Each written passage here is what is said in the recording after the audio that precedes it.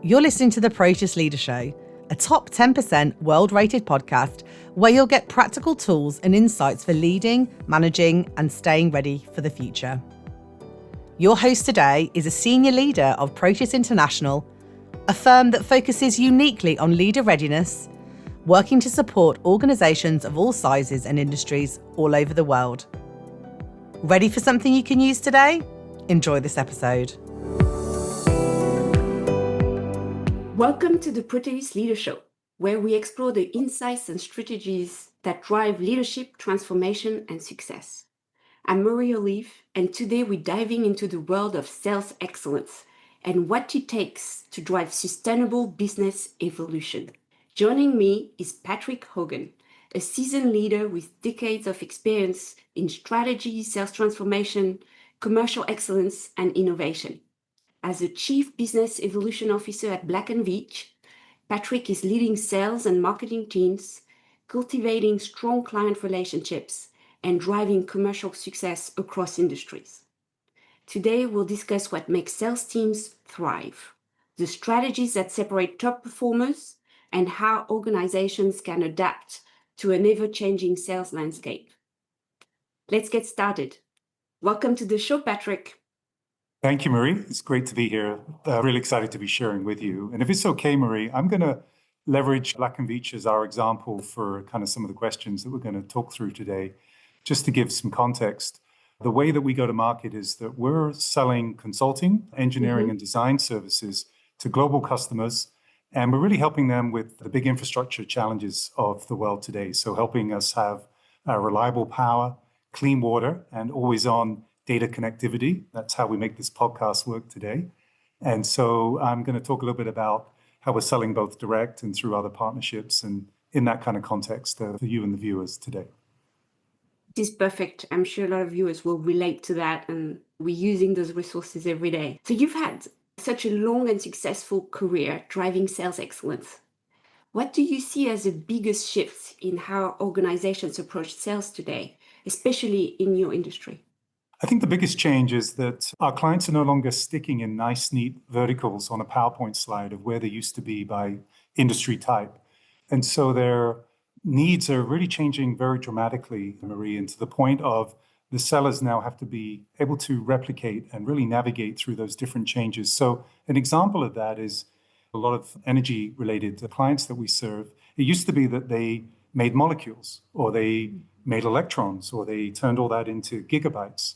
Now we're finding our clients are becoming molecule companies now getting into electron providers, creating power, or data center customers are now saying, hey, we're going to be experts in getting our own power or using water and so forth. So everything that was the traditional norms has really dramatically changed with our sellers. And they need to understand that what's going on differently in the boardroom of their clients and in their assets and in the field and their own end consumers, as well as how do you make those changes back in our own organization so that we're relevant and contemporary and topical with how our customers are really making very different decisions today. So it's more complex, the limits are becoming more blurred. And so how do they get educated? How do they manage to navigate? Yeah, they really do have to become almost embedded within the client and really be a lot more focused on their end mission, understanding about their objectives, their culture, how they define value as they navigate through the decision-making units. How are they all coordinated with their own priorities and their own motivations to do that? And so often I think sellers are more successful, Marie, often when they're able to connect the dots internally within their clients' organizations and say, hey, look, in order to get this asset approved, we're going to need IT, or we're going to need maybe operations. Are you aware how they're perceiving risk or perceiving benefit? And often I think the seller's job is to navigate and orchestrate and bring all these conversations both internally at the client side and then really help them get through that. I think also what's different, Marie, is in terms of planning, like which accounts are the ones we really should be pursuing and chasing. We're really thinking a lot more about a multi-year, maybe 5 or even 10 years out. Today, this pursuit maybe isn't a high value or isn't creating a lot of recurring value for us, but we see the trend where this market's going is really where the bigger potential will be for that account. So think of maybe a 5-year life cycle return versus a 1-year transactional annual operating plan. And I think that also is the job of the seller to understand that and help with that strategy build, and then also bring that strategy back into our organization to make people aware the decisions we're making with resource, with people, that should be over a 5-year vision for that client, not just a single transactional event. I'm taking away that they need to be embedded at the clients. I love that expression. And also that they need to think longer term, right? From moving from 1 year to 5 to 10 years. So be more strategic in some ways. Very much on that strategy side. This other word, segmentation, comes up a lot, Marie, and our sellers really need to be able to understand different types of client, different kinds of need. And maybe a client that is in the same industry, a power company or a data center technology company, they don't behave the same way just because they're in the same vertical or SIC code. And so it's important that sellers understand how we can add value isn't universally peanut buttered the same way. And they're going to have to adapt and be very flexible, even if they're serving very similar accounts who seem to have the same needs, but their justifications and the way they buy are also very, very different as well. Yeah, so a lot of learning for them, a lot of listening to the specific client needs seem to be important skills in this environment. So now beyond closing deals, successful sales teams focus on those long-term client relationships. Now imagine like the 5 to 10 years deal. What are the best practices you've seen for them to deliver that ongoing value? What do they need to do? And we think about almost the DNA of a professional salesperson in today's world. And I think it starts with curiosity. They really have to be curious about how that company works, how they operate, how they make decisions, where they're involved, what's in their value chain, both upstream and downstream of how that client generates value for their own customers. What kind of regulators, what kind of other constraints and competition do they have? So there should always be observant. And it goes back to that embedding, right? Are they literally spending time walking with the client through their warehouses, through their plants, even through their delivery systems, and just seeing opportunities where our company could perhaps help them with either connections or with insight or research. I think that's where you start to build that relationship. And then ultimately you gain that entitlement to come back with maybe a higher value, more capital intensive connection with that client. So we're also looking for sellers that can not only give the client what they're asking for, but potentially challenge them, Marie, and say, look, we're seeing leaders in your industry do different approaches. There are other options or other ways to think about managing operating expenses versus capital expense, et cetera. And so giving options back to the client, even if they didn't request them up front, that takes a certain degree of emotional courage and intelligence about what's the right approach. So we're looking for sellers who really can not only come back here to the headquarters and say, hey, we need a different capability set or a different way to propose or create value, but also we've challenged the client to think about managing their risk, managing their capital deployment different ways. And we're going to need the whole company to get behind us to explain how that's going to be the right solution for that customer as well. So I think those are just some of the areas that we're seeing. Also, in our world, we're an engineering culture as well, Marie. So we're finding that a lot of salespeople have entered into our profession by coming through the ranks of delivering the solution as well. So that's very powerful when you can have sellers who not only really understand how business gets done and deals get made, but they also understand how the technology of that particular industry works, and being able to bring the two together, but more importantly, bring the whole team, all the real subject matter experts.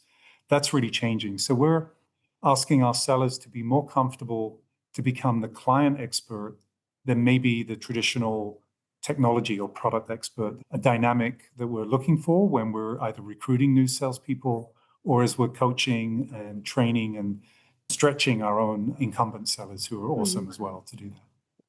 Yeah, it feels another level of selling because you really need to understand the technology. You need to be able to challenge the client with new solutions. So almost becoming a problem solver for your client. And that requires that kind of knowledge, really, and courage.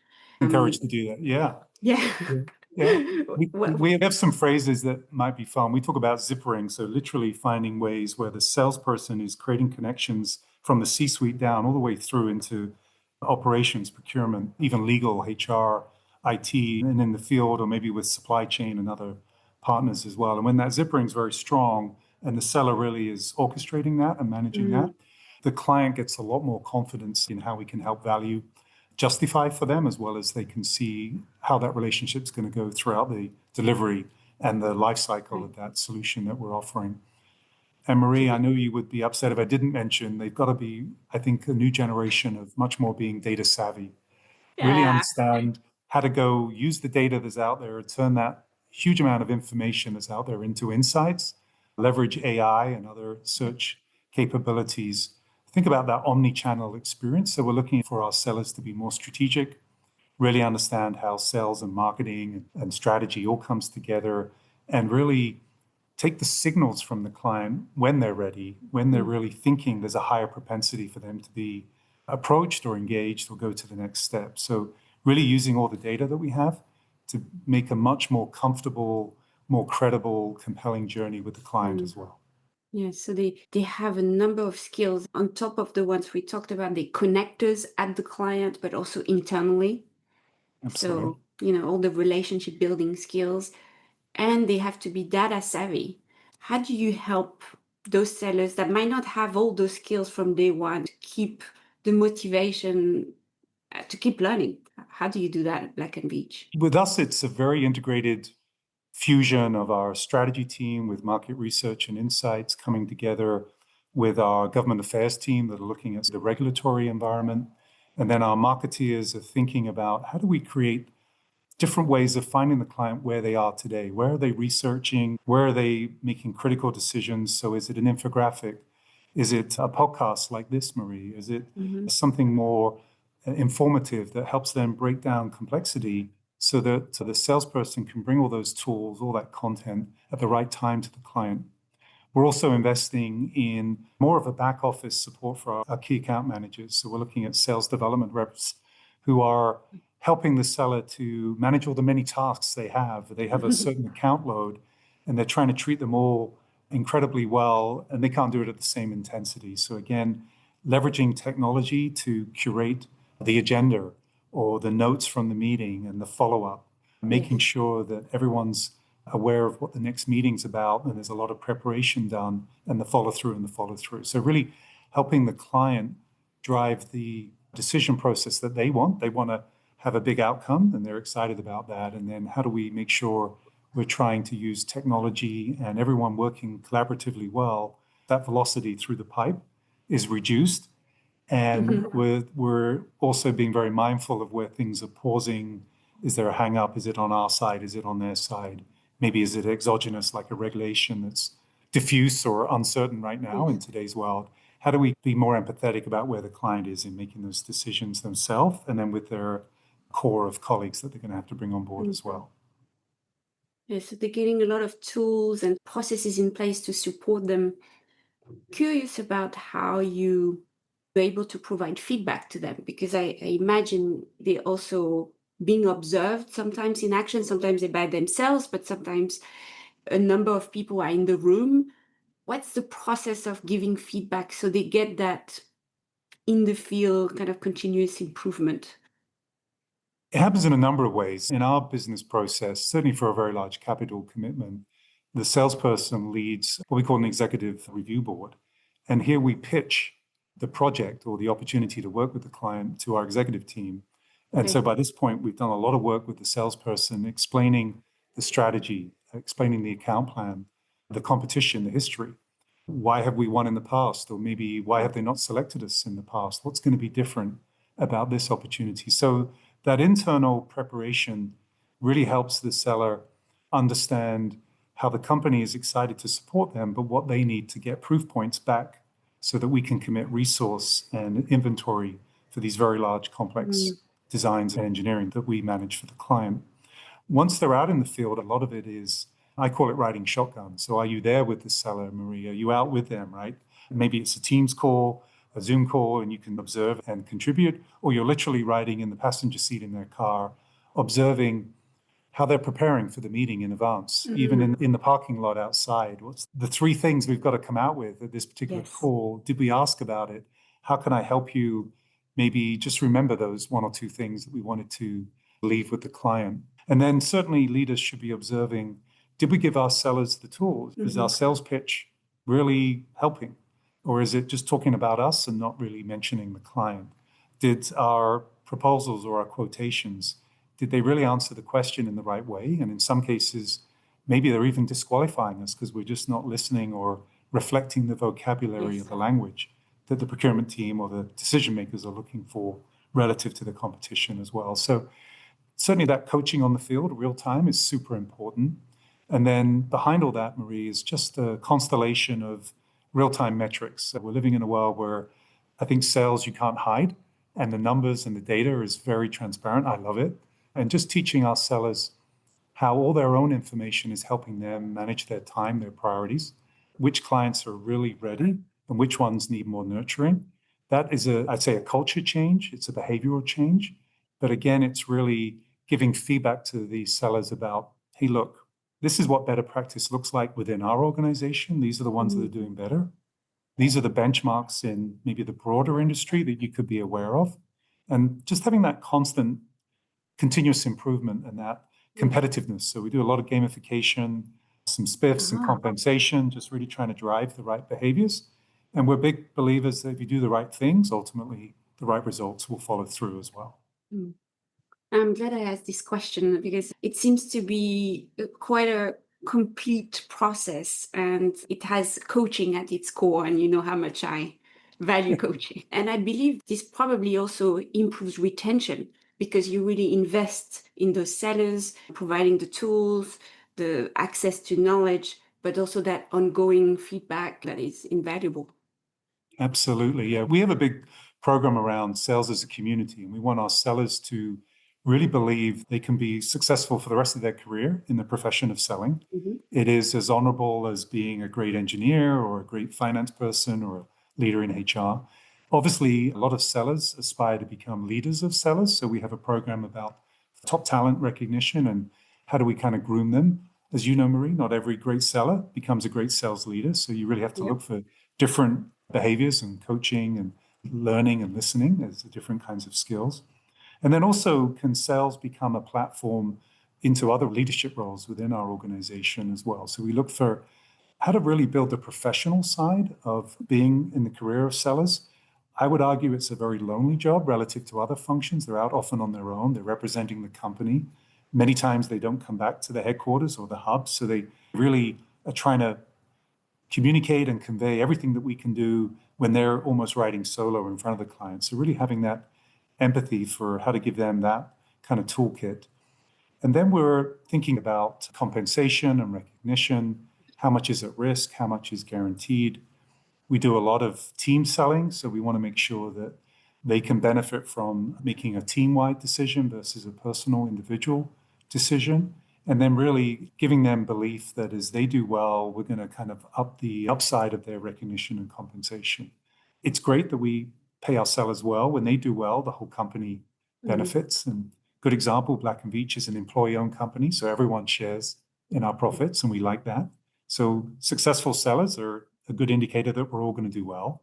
I think clients, they pick up on people that are confident and zealous and really just passionate about doing their job. And so successful salespeople invariably are ones that are successful again and again because the clients see a pattern and they see a process that's working well by that sales leader.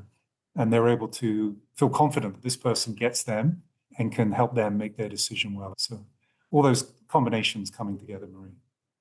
We love leaving our listeners with some practical tips. I love to help people who are leading sales teams or looking to improve their sales effectiveness, for you to give them like 3 practical tips they can implement today to drive better results. First thing I would say is go to the data. I mentioned data a number of times, but have a relevant dashboard of both leading and lagging indicators. And it will give you a spectrum, particularly where you've got teams of teams and maybe all building up at a divisional or global level. Understand what is maybe generic across the whole organization. Maybe our strategy isn't working. Maybe we need better marketing pipeline development, all the way down to, are we seeing things that are maybe connected at a leadership level or a sub-regional level? Is it a behavioral thing or a strategy thing as well? So we're trying to give indications of, is it go get more pipeline, or is it we're not doing the right behaviors, the right activities, the right hygiene, so to speak. So when you've then got that working dashboard, get out in the field, be empathetic, both virtually and physically, go to trade shows, sit in with conferences, and really understand how our sellers are working to approach, to engage, to advance.